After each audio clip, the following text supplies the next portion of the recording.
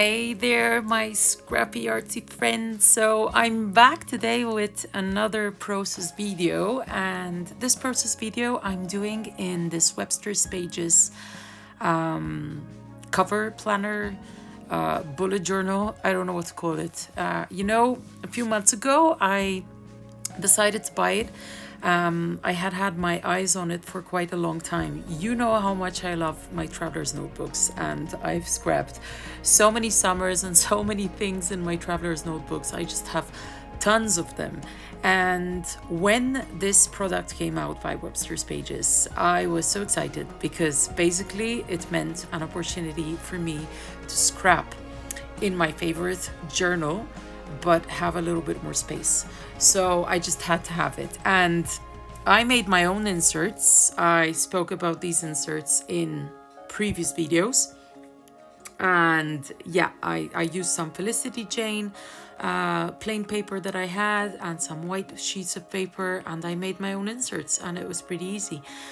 Because I did buy inserts, but then I did not like the quality of the paper. It was just too thin. So I started this little project, and it's a bit of a different project because I'm not documenting a summer holiday. I'm not documenting a specific point in time. I'm just documenting these photos that I have of my daughter Laura that I absolutely love. You know, sometimes you have these particular photos that you really, really like. So I have a few of these of Laura, and I decided to just put them all together in one notebook.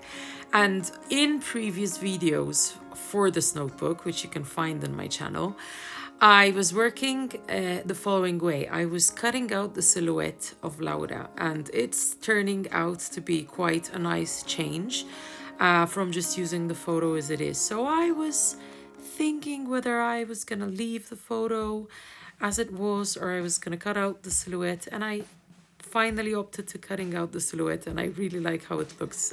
It's just one thing that I think I'm gonna keep constant in this notebook. You know, sometimes we try to keep something constant throughout the pages so that the notebook is more coherent, and I think that's what I'm gonna be doing in this notebook. I did have an idea in my head that I wanted a kind of collage in the background, and I wanted it to be a grid-like collage with squares. So I was fiddling about with this idea, and usually when I edit these videos, I kind of remove a lot of the process. But then you might think that I just do things magically, and that I have no problem in taking decisions. And in this particular video, when I was editing it this morning, I decided to leave quite a lot of the process in, because I want you to see that I myself have trouble sometimes making decisions, and I move things about, and I change my mind all the time. So yeah, I decided to just leave it for today and just talk you through it. So I was playing about with these papers. As you can see, I chose a palette of colors. So when I created this notebook, I used these Felicity Jane basic colors papers that I had from a collection that I had bought a few months ago, and on this page I had this green to work with. Now I know there are some scrapbookers, they just choose any page that they feel like from their traveler's notebook, and they are fine.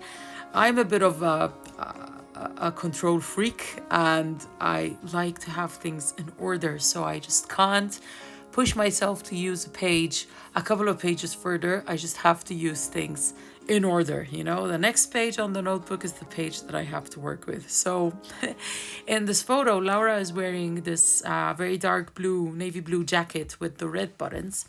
So the green was already quite dark on the other side, and I wanted to lighten things up. And I opted for a palette of green, pink, white, and a touch of gold, which I think worked perfectly. And yeah, it just worked perfectly. So here I am finally sticking things down. I decided to include the heart vellum just to lighten it up a little bit more. So I'm using a lot of whites, but the vellum, it always adds a nice dainty touch to the pages. And yeah, I'm just gonna stick everything in. At the end of the video, you'll see that I kind of kind of mess things up, but then I don't, because then I really like how it turns out.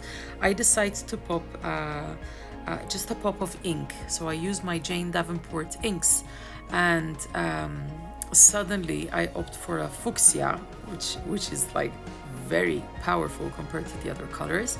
And at first I think, oh man, I've destroyed it. It just changed it completely. But then I do end up liking it a lot, because in reality I just pop this fuchsia color just a little bit at the edges. So I'm adding this number 3 chipboard just to give an idea, because I'm not journaling in this notebook. I'm not interested in, talking about the photo. This particular photo was a trip that we made with Laura when she was 3 years old. Hence the chipboard of the number 3 that I just put down on the page. So yeah, I remember we started traveling a little bit around Spain with her. And if you are parents, you know that traveling with kids is not easy, because, you have to respect their feeding time and their bedtime, because otherwise if you change their routine too much, they'll give you a hell of a time. Well, Laura's always been easy, I have to say. She was an easy kid, because I stuck to routines a lot. That's why she was easy. So in these trips we were experimenting with making a few changes, and it did go well. So this was a trip that we enjoyed. It was I think a 4-day trip that we when we went to Santander, I think. I'm not very sure, but she was definitely 3 years old in this trip. I checked before I put the number 3. She was 3 years old, and I just wanted to kind of document this particular thing, that this photo was taken when she was 3. And yeah, so lately, as you have seen on my channel, I've been including artsy videos. I made a New Year's resolution to get back to my art, which I think is long due.